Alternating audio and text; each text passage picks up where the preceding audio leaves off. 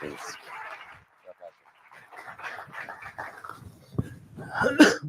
Al, it's a great pleasure to be here with Rahul Gandhi and with a not quiet audience. I think we've already discovered a lively audience. And there's a lot to discuss. I'll just keep a vague eye on the time, including the most recent election. But I'd like to start, if I may, with a higher altitude perspective of how we got here. Situation where Modi's still got a third term in spite of having had his wings clipped. How did India reach this situation? The country of pluralism, secularism, your family's great role. What happened in the last 15 years to bring this about? I mean, I think, first of all, of course, Mr. Modi has a central role in it. But I don't think it's only Mr. Modi.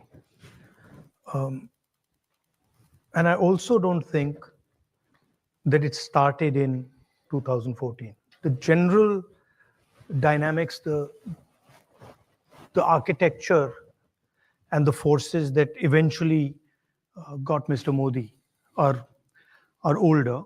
They just combined well in 2014. And I think India has had this fight. Modern India has had it embedded in it, the fight for and against the constitution. And that's really the heart of it.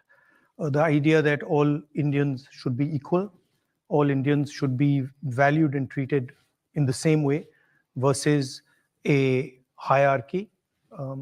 And the idea that, there is a hierarchy in India, a caste hierarchy, and that should be defended at all costs. So this is the conflict, and it's not a new conflict. I mean, if you go back in Indian history, you can go back 1,000 years, 2,000 years, you'll see this conflict. And there it's a philosophical battle, and then it has its political structures. So your family, I mean, I know everybody here will know, but it bears repeating. Your father was prime minister, your grandmother, Indira Gandhi, was prime minister, your great-grandfather, Jawaharlal Nehru, was leader of the independence movement and the first prime minister of post-colonial India, the greatest and the longest-serving prime minister. And your great-great-grandfather, Motilal Nehru, was obviously co-founder of Congress and therefore of the independence movement. There's nobody better than you. And looking back at your family history and at the sort of dramatic saga of India post-independence and pre-independence, to sort of stand back and ask, well, were there moments where, because your party was so much the natural party of government, that it became complacent, that it wittingly or unwittingly helped pave the way for this extraordinary period of Hindutva, which we'll get onto in a moment, may be receding, may or may not be receding, but is the self-analysis Congress should do, even now, to figure out how we got here? No, look, politics ebbs and flows, right? And it's a contest, it's a competition, and you go up and down in that competition, and that's just part of it. I think the way I view it, that this has given us and the India Alliance as a whole a lot of space to think about how we go forward. I think the politics in India has fundamentally changed. And so from our perspective, what we see, and some people would agree and some people would disagree, but what we see is that there's a clash of visions. We don't agree with Mr. Modi's vision. We fight it. And for us, we are trying to now put in place the basic foundation, the basic building block of a new vision for the country. And the Congress party has periodically done this. It's not the Congress Party. I mean, if you look at the Congress Party and you compare it to other political parties, it has this ability to reinvent itself, right? So you look at the 70s, the Congress Party nationalizes the banks, and then it does a complete U-turn, in the 90s, and then is going with liberalization, with open economic architecture. So I think there's a design element in the Congress Party that has been put in place by Mahatma Gandhi, and it has certain qualities as a political organization which are very powerful. I mean, I was watching the elections, and there was a point in the elections when we sat down with our treasurer, and he was saying, look, the bank accounts are frozen. Now, how are you supposed to fight an election if your bank accounts are frozen? And so we were like, okay, we're done. That was the reaction, and we really didn't have an answer. But then the Congress Party fought an election with their bank accounts frozen, and has basically destroyed the idea of Modi, right? So it has, and you can see it because when you see the Prime Minister now in Parliament, and I come face to face with him, he's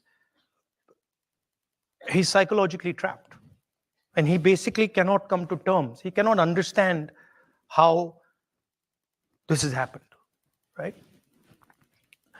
So it's, for me, sitting in the Congress Party and watching it is quite an amazing thing, because it's a political party, but then it's a whole set of ideas. And now looking back, I mean, I realized that the Congress Party fought the British Empire.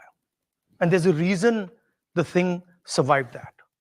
And it's in the basic architecture of the party. Now, sometimes the party goes away from that architecture. So I differentiate between the Congress idea, the Congress philosophy, value system, and the party organization. And they don't necessarily 100% overlap. But when they start coming close, then it starts to become very powerful.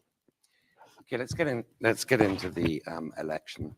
I mean, as you say, it was not fought on a level playing field. I think it's fair to observe with your frozen bank accounts, what's happened to my profession, the media in India, is quite dramatic. Restrictions. And of course, you had a prime minister who was expecting not just a hat trick, not just a third consecutive victory, but to lift his majority from what I think it was 303 he had in the last Lok Sabha out of 543, a clear majority, to 370 up to 400, a super majority. And in the event, gets 240. Now, with your bank accounts frozen and the media playing field not being level and all the rest, how do you explain this? Is this because you formed this India alliance and had essentially power sharing of who ran where? Is it because the fruits of growth really weren't trickling down to most Indians in what is objectively a very high growing economy? Or was it a more principled thing, backlash against Hindu nationalism? Was it all of these or something I haven't mentioned? No, multiple things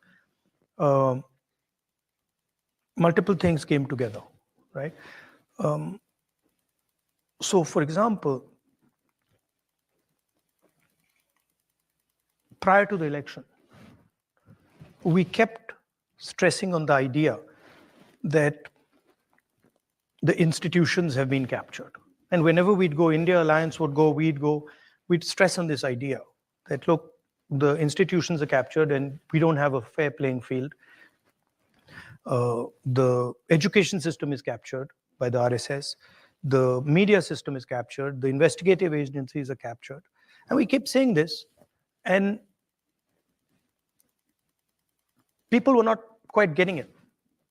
And we would keep saying it again and again and again. And somehow they were just not getting it.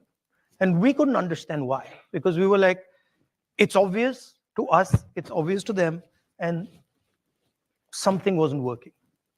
And then in one meeting, one of the people who works with us said, listen, try holding up the Constitution. And so I started holding up the Constitution. And everything we had said suddenly just exploded. So India realized in this election, and really,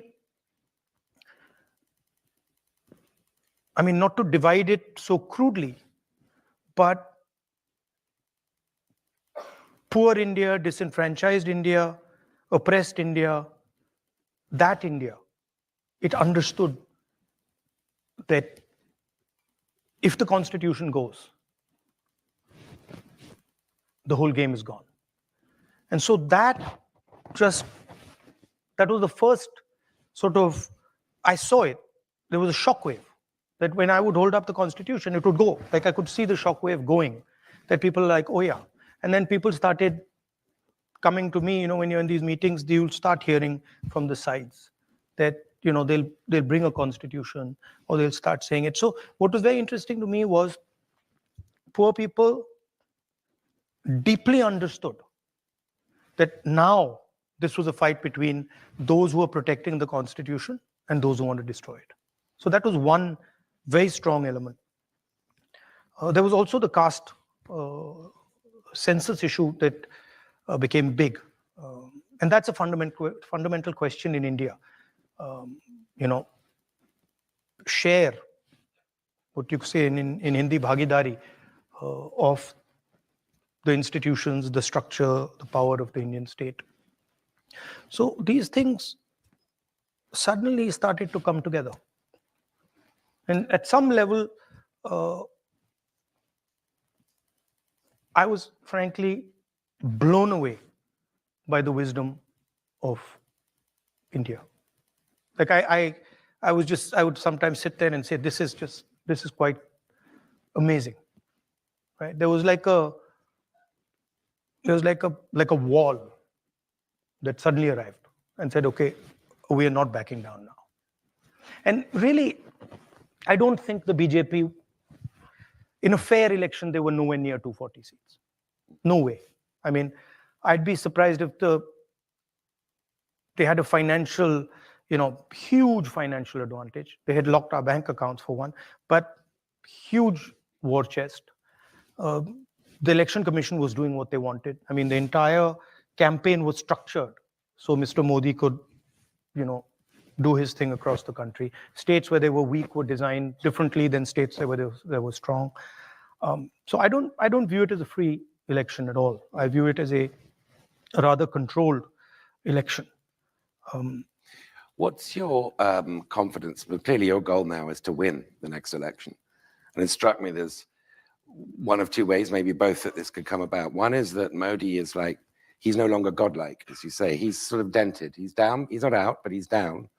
Psychologically quite harmed, expecting this affirmation of his being above ordinary political mortals and not getting it. And that might lead to splits, infighting within the BJP. No, he's got no obvious successor, right? My analysis is different. Okay. My sense halfway through the campaign was that Modi didn't think he was getting anywhere near 300, 400 seats. And I think early on he realized that this thing's going wrong, right? And we were getting inputs from the regular sources. Some of the intelligence agencies we were getting some of that information. It was pretty clear that they were in trouble. And so there was this internal thing going on in the prime minister that I could see. And psychologically, that how is this now happening?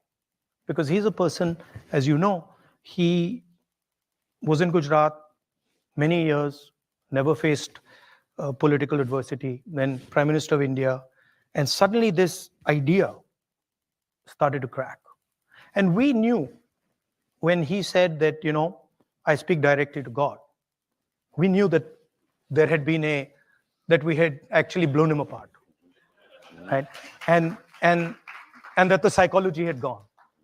And so people think that, well, this was the Prime Minister sort of saying that, look, I'm special, I'm unique, and I talk to God. But that's not how we saw it. Internally, we saw it as a psychological collapse that, what's happened here? How is this thing not working? And it's not just the Prime Minister, it's deeper than that. So what has happened in India, and you'll see it, is that the coalition that brought Mr. Modi to power has collapsed. It's broken right down the middle, right? So you'll see in these elections that they will struggle. They will struggle, yeah. Because the basic idea that Mr. Modi is running a government for the people of India is gone. Now the idea has been replaced. 2-3 ideas have replaced it. Number one, that there is a huge nexus between the government and 2 or 3 really large businesses. 2, that the lower castes, particularly the OBCs and the Dalits, have been taken for a ride. And this is a very strong, right across the board. And I mean, we poll it, we can see it. You promised during the campaign a caste census so that you could then update the share of public sector jobs. Well, you could expand the share of public sector jobs reserved for lower castes. See, there's the elephant in the room, right? Is when we talk about capture of institutions, when we talk about businesses, when we talk about the media, the elephant in the room is that 90% of India, OBCs, Dalits, Adivasis, they don't play the game. They're not even in the game, right? And that's really the elephant in the room. So the caste census is a simple exercise. And actually, it's more than the caste census. Caste census is one of 3 ideas. It's a simple exercise to say, okay, we've been, we got independence 1947. We've been going for a while now. Let's see how have the lower castes, backward castes, Dalits, how have they integrated into this system? What is it actually that they're participating in? And frankly, we've got the data. We've done our homework, we've got the data. And I can tell you, out of the top 200 businesses in India, right, there's almost no ownership of 90% of the population. I can tell you that in the highest courts of the country, there's almost no participation of 90% of India. I can tell you that in the media, national media, anchors, journalists, there is zero participation of lower caste, OBCs, Dalits, Adivasis, right? So, and the people know this. It's not that this is not known. The large mass of people understand this, and they look at India and they say, okay, where is our participation? And the idea of the caste census is simple. We've not taken any policy position. We're just saying, look, we want to understand, we want a snapshot to understand where we at. What is the participation level of lower caste, Dalits, OBCs, poor general castes, right? And that's really the caste census. Now, there are 2 other components, which we've also said, but have not really been put out that much. One is the idea of a socio-economic survey. So we want to not only understand how many Dalits there are, how many OBCs there are, but we want to understand what their social position looks like, what their financial position looks like, what their economic position looks like. And the third component, which I think is very important, is we also want to understand, we want to take a look at India's institutions. We want to look at the media. We want to look at healthcare. We want to look at education, the owners, the structures that deliver these services. And we want to get a sense of what is India's participation in these institutions. So these are an institutional survey, a socio-economic survey, and a census. Is there any reason why you wouldn't expand that to include the role of Muslims in modern They're India? included in that. It's So not they're just included Muslims. in the OBC. It's minorities. No, it's everybody. Muslims. It's Okay. even if you look at the general caste, you will find that there is a huge divide between poor general castes and well-off general castes, right? And that's the same for minorities. It's the same for Adivasis. It's the same for OBCs. It's the same for Dalits. I mean, the reason I pressed you on that is because older people in this audience, and maybe some of the younger ones, will remember in 1992 when VP Singh's government announced its expanding government reservation system to other backward classes, to not just Dalits.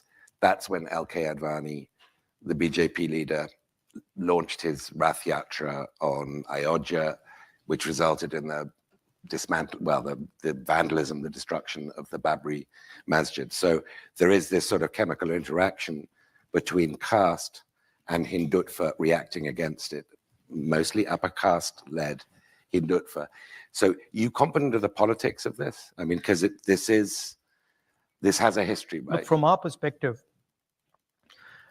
if we talk about a nation that is going to progress, and if we talk about India becoming a modern nation, we have to ask the question about participation of 90% of our population. We can't just ignore it, right? There's just no way we can ignore it. Because frankly, if we go down this path, it's not sustainable, right? So it's not a question of caste or religion or Hindutva or anything else. It's a question of fairness. I frankly, as a politician, I don't want to live in a country where 90% of the people do not have access to opportunity. I'm not interested. So that's my position. And of course, many people would disagree with it. Many people would say, and the BJP and the RSS do say that, look, don't ask this question. Let a small minority of people just take all the fruits of the country. Now that's the fight, right? I mean, Mr. Adani and Mr. Ambani are a small component of that.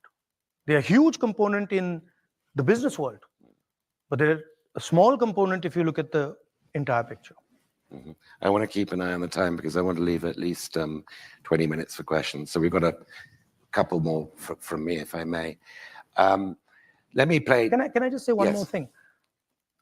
I'm of the view, and I think most people who are involved in this will agree with me, that this is now an unstoppable idea. So if somebody thinks that now they are going to stop 90% of India from asking these questions, from demanding a census, from asking the question about how much participation do they have in our institutional structure, I don't think it's going to work. I think that the pressure is way too powerful. But assuming, and I'm sure you're right, that this survey does produce the kind of picture and detail that you've just outlined, what would be the policy implications? Would it be larger reservations for... That would depend on what comes out of these studies, right? But if you ask me personally, I think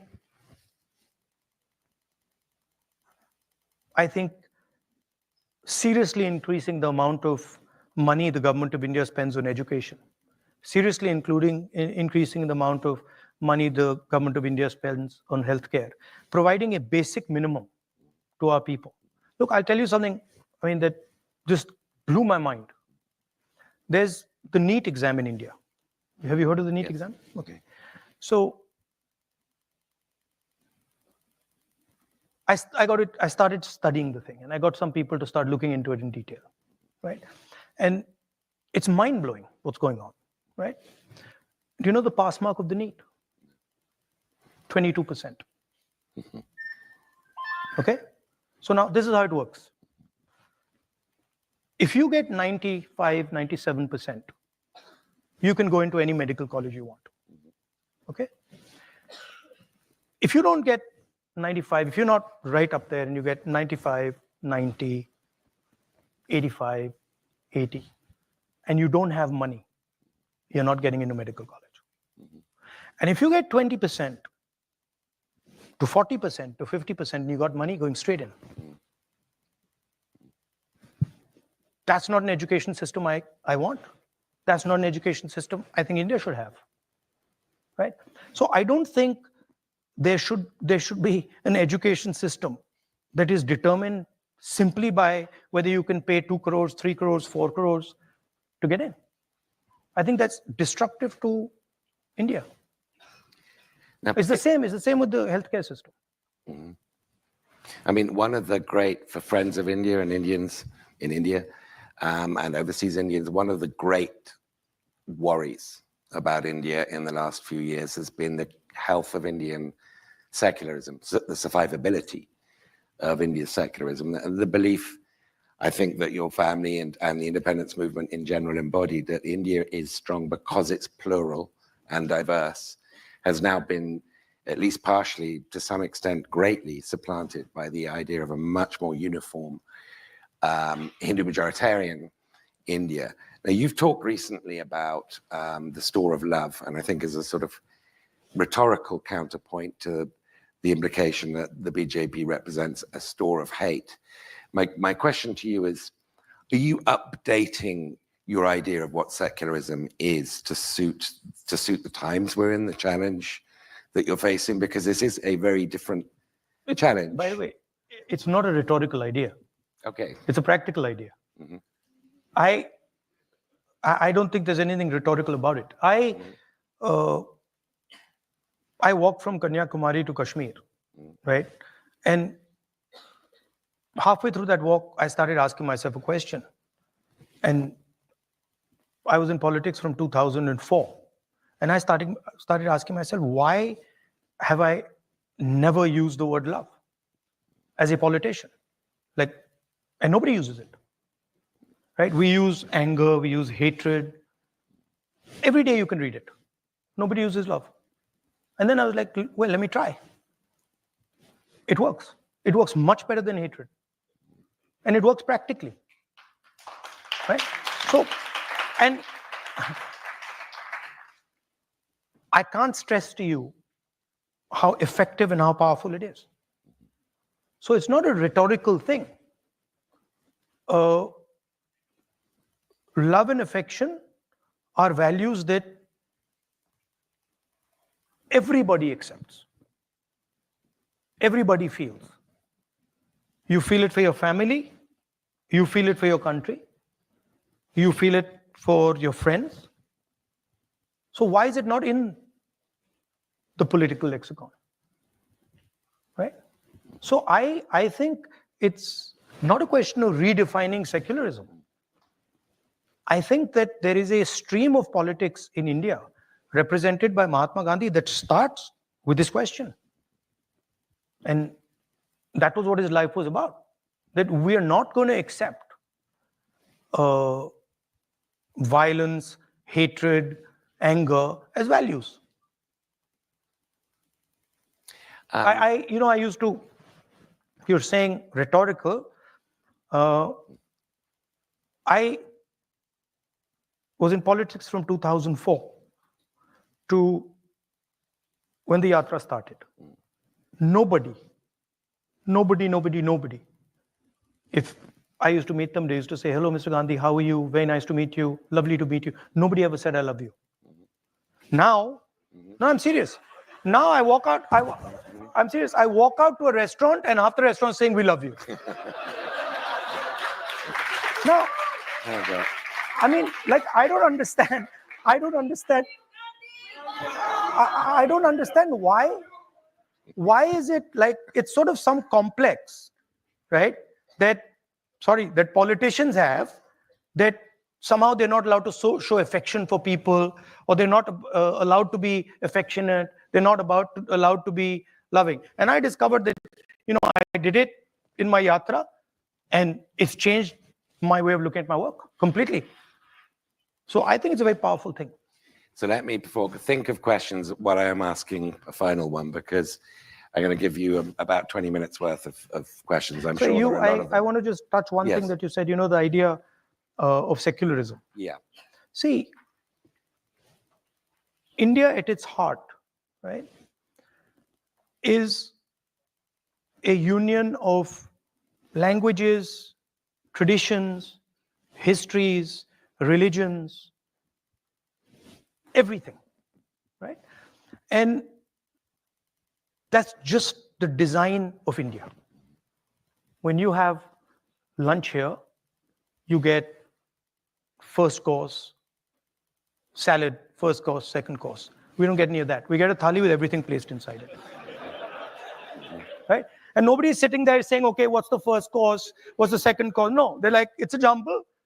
And all the food has the same value. Right? Nobody says, you know what I'm going to do? I'm going to take the dal, I'm going to separate it from the rice, and I'm only going to eat the rice, I'm not going to eat the dal.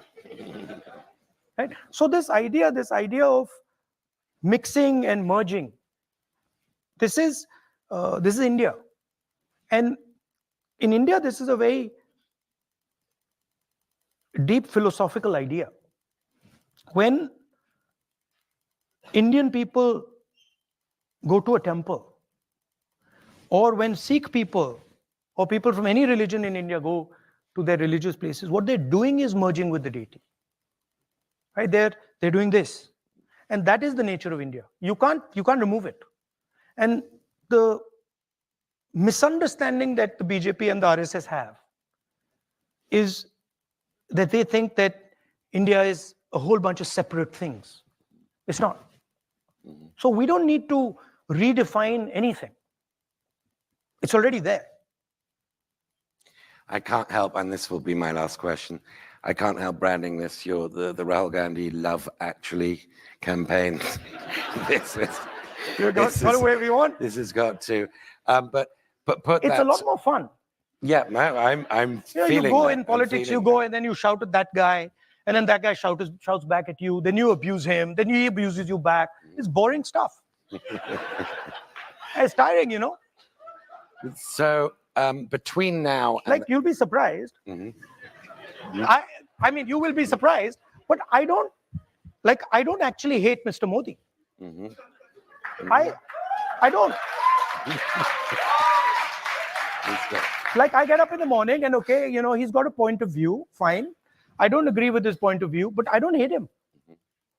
And in fact, in many moments I empathize with him. Right? So it's not that I think that he's my enemy and now I hate him and he's got to, no. He's got a different point of view, I got a different point of view. I have empathy and compassion for what he's doing. And I think that's a much better place to be. Instead of this thing that, him versus me, I don't think that's productive.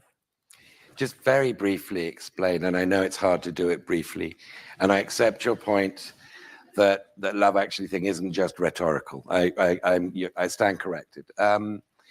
What's the practical route between here and your victory in 2029, 28, 29? I mean, giving India and it's not just me, it's millions of people, young people, giving India a vision that gives them hope. That's it. And putting in front of the people of India a set of ideas that makes them believe in the future. Today, India, and not to be arrogant, but I have spent more time than most walking my country. India is struggling to imagine the future. You know, when you struggle to imagine a future, you start discussing the past, right? So what is Hindutva's or Mr. Modi's or RSS's proposal? The proposal is, let's not discuss the future. Let's talk about the past. And that's very dangerous for a country like India, the scale of India. And it's also boring. It's boring. Okay, I don't know whether there are mics. Yeah, so, okay, first of all, the young lady, and then I'll go up there. There's a young lady here. Do we have microphones or are people? Oh, sorry, you have to, all right, don't stay in place, you have to queue up. So I didn't realize the system. Oh my God. But yeah, okay, yeah, so we need them to be efficient questions. So, oh my goodness, this is a movement. because of the volume of questions, please keep them as short and direct as you can.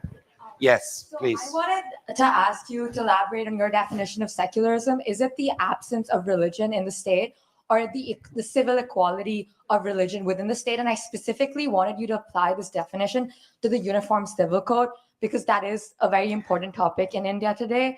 And how would, if Congress did achieve a majority in the parliament, how would Congress go about reforming and creating their own Uniform Civil Code if they do want one? Look, thank you. The basic idea is respecting people's perspectives, okay? And believing that all Indian citizens have a unique and different perspective, and they should have a space to have that perspective. And that includes religion, it includes language, it includes the clothes you wear, it includes the food you eat, it includes everything, right? BJP is proposing a uniform civil code. We haven't seen it. We have no idea what they're talking about. So for us to comment on it doesn't make sense. When they pull it out, then we'll have a look and we'll comment on it. But when you talk about, may I ask a follow-up? But I think not. Okay, I'm sorry. I mean, because I'm sure there'll be variations. You can ask me the follow-up afterwards. Are we probably going to be even-handed? So yes. Hello. Mr. Gandhi, you lead the Indie Alliance, which is seen by many as an alternative to the BJP-led NDA government. Looking at the 2024 Lok Sabha elections, your party was not able to agree on seat-sharing policies with your alliance partner, which was Mamata Banerjee's TMC. You also have alliance partners like the Hindutva-based Shiv Sena UBT. My question is, if elected, how will you effectively run a government with such a divided coalition that cannot seem to agree on anything except for the removal of Prime Minister Modi? No, actually we agree on a lot. We agree that the Constitution of India should be defended. Most of us agree on the idea of the caste census. We agree that two business people, namely Mr. Adani and Mr. Ambani, shouldn't run every single business in India. So for you to say that we don't agree, I think is inaccurate. Second thing is that all coalitions are negotiations, right? So a certain amount of to and fro will always take place. That is perfectly natural. There's nothing wrong with it. And we have run governments again and again, which have been successful using coalitions. So we're pretty confident that we can do it again. Thank you. And actually, I think if we get it right,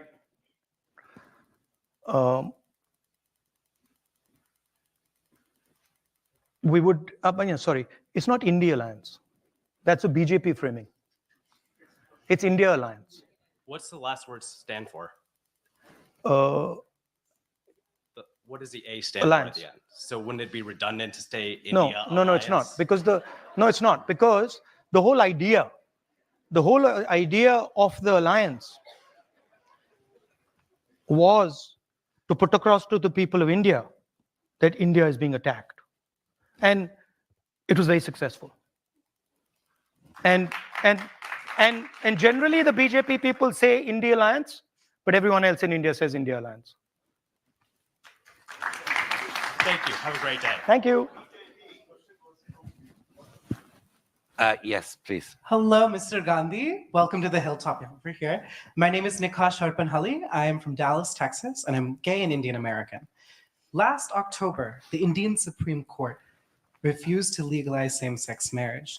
So my question for you, as well as Congress, as well as the India Alliance, is what is the future for Congress's policy towards gender and sexual minorities on the subject of love? What might that future look like in the next 4 years as BJP government continues? And on that same subject, what is the role of Congress and other interlocutors in promoting a freer, fair, and more loving India? I think I can't really comment on a Supreme Court judgment. But what I said earlier, from our perspective,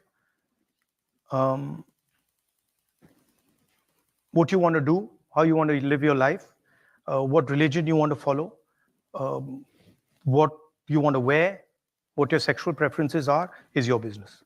It's not our business.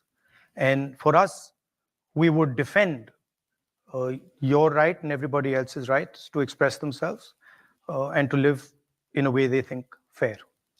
As long as you're not disturbing other people, being violent, being aggressive, we tend to accept it. Thank you. Welcome to Georgetown. Thank you. Just before I'm taking the next question, given the weight of questions, am I allowed to extend this to 5:10? Because we started at 4:10. Is that all right with you? So I know I'm looking beyond you, but I should ask you first. And the answer is yes. Yeah, that's fine. Good. Yes, sir. Who should be the face of the whole party? Do you think you're the best leader to be able to take on Modi, or is there someone better? I mean, our position in our alliance is that we are not going to answer that question until we won the election.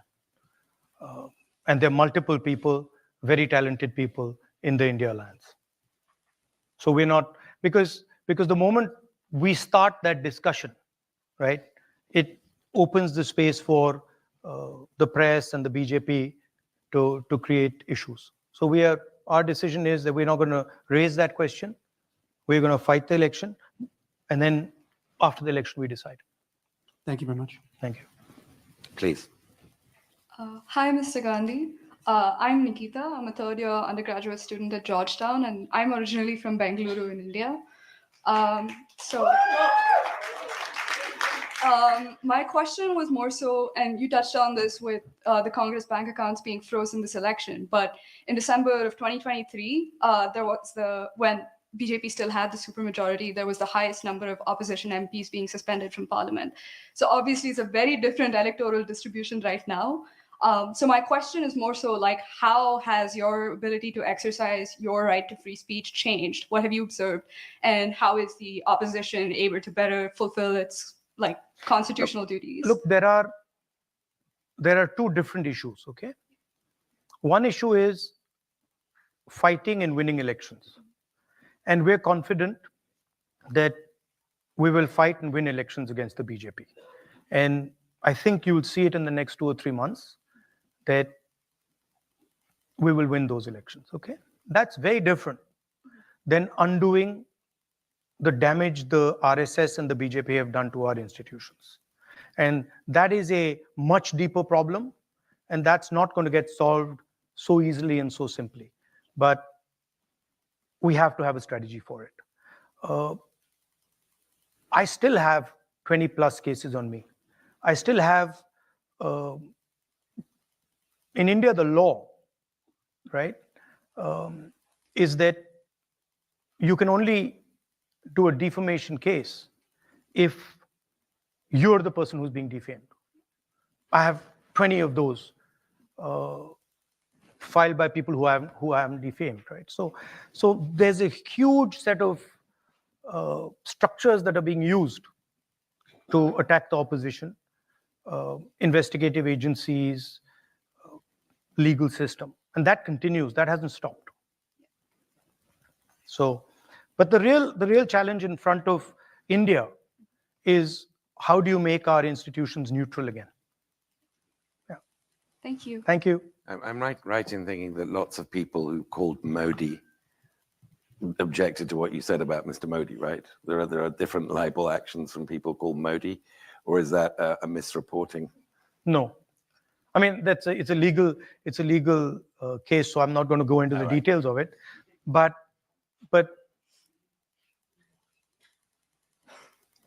yeah, I won't go into the details of it because it'll get me into trouble. Fair enough. Hello, Mr. Gandhi. My name is Himank. I am a recent MBA student from UC Berkeley. I came here to see you and meet you. One, really admire your courageous attempt at bringing vulnerability into politics using words like love. That's indeed very rare. I also did a small census in my class of all the Indians who were in my classroom. Around 7 in 10 said that they would want to return back to India in a few years. This is very different from how the situation was around 10 years ago or 15 years ago in the United States. There seem to be like two factors which are sort of leading to this. One is just the state of American dream right now, and also the improving economic opportunities in India. Around 1 million students have migrated to India, to US from India since the past 5 years. I just want to know, one, what is your comment on this phenomena? And second is, what is your message to students who are not able to avail the economic opportunities because of which they came to United States? Look, and I've said this a couple of times,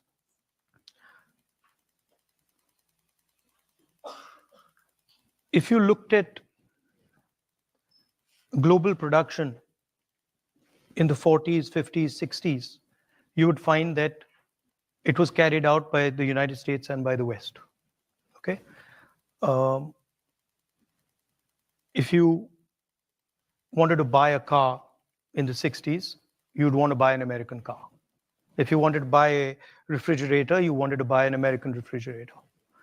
And the West and India handed that over to the Chinese, right? So the reality is that the cell phones you're using, the shirts you're wearing, the shoes you're wearing, most of them are not made in the United States. They're not made in Europe. They're not made in India. They're made in China, right?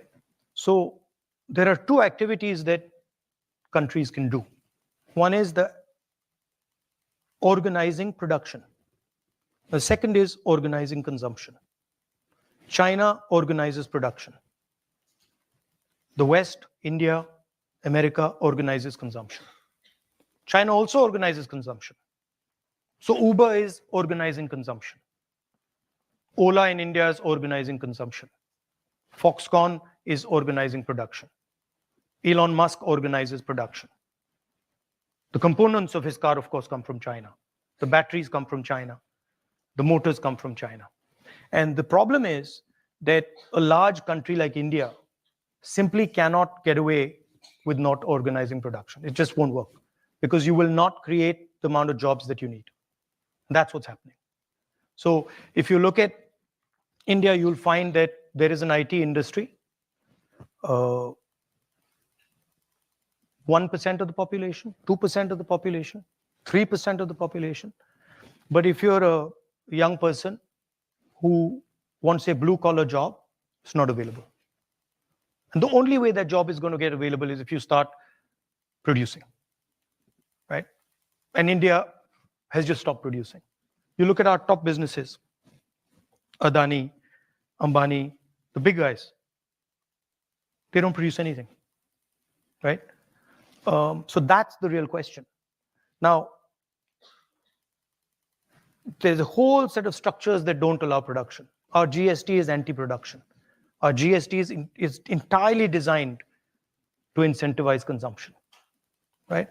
So you have to change completely the architecture of what you're doing. Our district, we call our district, we call them district collectors, right? They should be district producers, right? We need to think about getting into the act of production, and we're not doing that. And there's a reason, because the large monopolists don't want India to produce. It's much more convenient just to sell Chinese product, right? You get a rent on it, you sell it in India, you don't have to go through the rigors of production, you don't have to deal with the labor problems, you don't have to deal with the conflicts that production require you to deal with, and you make huge amounts of money. But it's not sustainable. And you can see social tension rising. You can see unemployment numbers rising. So that's really what India has to think about. You have, every district in India has something unique they produce. Moradabad, brass capital. Mirzapur, carpets. Bellari, jeans. Surat, diamonds, right? Now, the Indian government has forgiven 16 lakh crores in bank loans to 25 business people. How many of those people were actually producers? How many small businesses were forgiven their loans? How many medium-sized businesses were forgiven their loans? Not a single one. Even farmers, who are basically producers, their loans have not been forgiven. So my question is, why should 20 people, 25 people get a free gift of 16 lakh crores? For what? What have they done? And if you're giving them that gift, give it to other people as well. Right? So these are the type of questions that India will have to deal with. Now, to say that India can't produce is wrong. Because I can tell you examples where India is producing. I can tell you that Tamil Nadu does quite a good job at production. I can tell you that Pune does quite a good job at production. I can tell you parts of Karnataka are pretty good at production.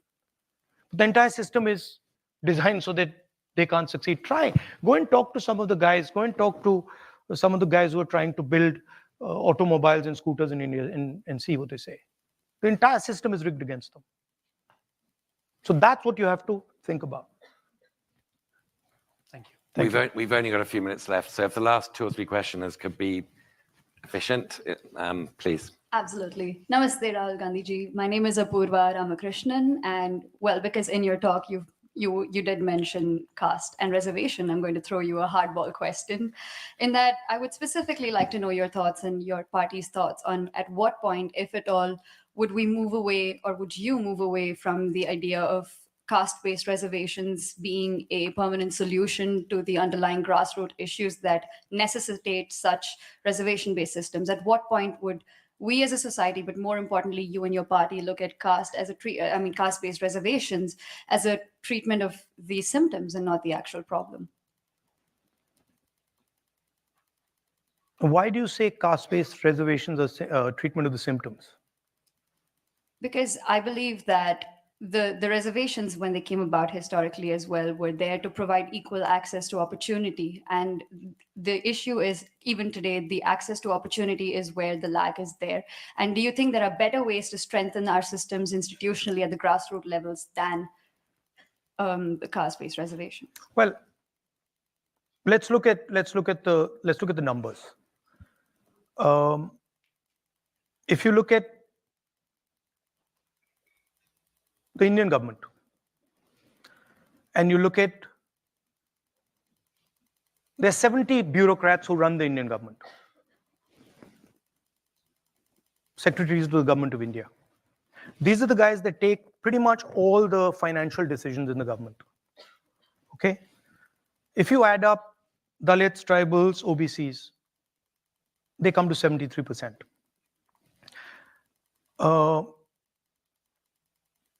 Out of 70 people, there's 1 tribal. I think 3 Dalits, 3 OBCs. So and I think a minority. So 90% of India, in the government of India, has access to less than 10% of the positions that determine how money is going to be spent. And when you actually look at the financial numbers, then tribals get 10 paisa out of 100 rupees. Dalits get, I think, 5 rupees out of 100 rupees. And OBCs get a similar number. So the fact of the matter is that they're not getting participation, right? And the problem is that 90% of India is not able to play, right? Go through the list of every single business leader in India. And I've done it. Show me the tribal name. Show me the Dalit name. Show me the OBC name. Out of the top 200, I think there's one OBC. They're 50% of India. So we're not treating the symptom. That's the problem, right? Now, it's not the only tool. There are other tools. But we will think of scrapping reservations when India is a fair place. And India is not a fair place. Now, that creates a problem because there are many people who come from the upper castes, right? Who say, look, what have we done wrong? Right? Why are we being punished? And so then you think about increasing dramatically the supply of some of these things. You think about decentralizing power. You think about involving many more people in the governance of our country, right? You think of opening up, I mean, frankly, with all due respect, I don't think any of you are ever going to become Adani or Ambani. And there's a reason for that. You can't. Because those doors are closed. So the answer to people in the general caste is you open those doors. I think we have time for one final question, so make it count. Hello, Mr. Gandhi. My name is Risa. I'm a third-year student at Georgetown, and I'm originally from Mumbai. My question to you is based on your comment that our institutions have been captured. I wanted to ask, what are the actual policy reforms that the INC sees in order to uncapture our institutions?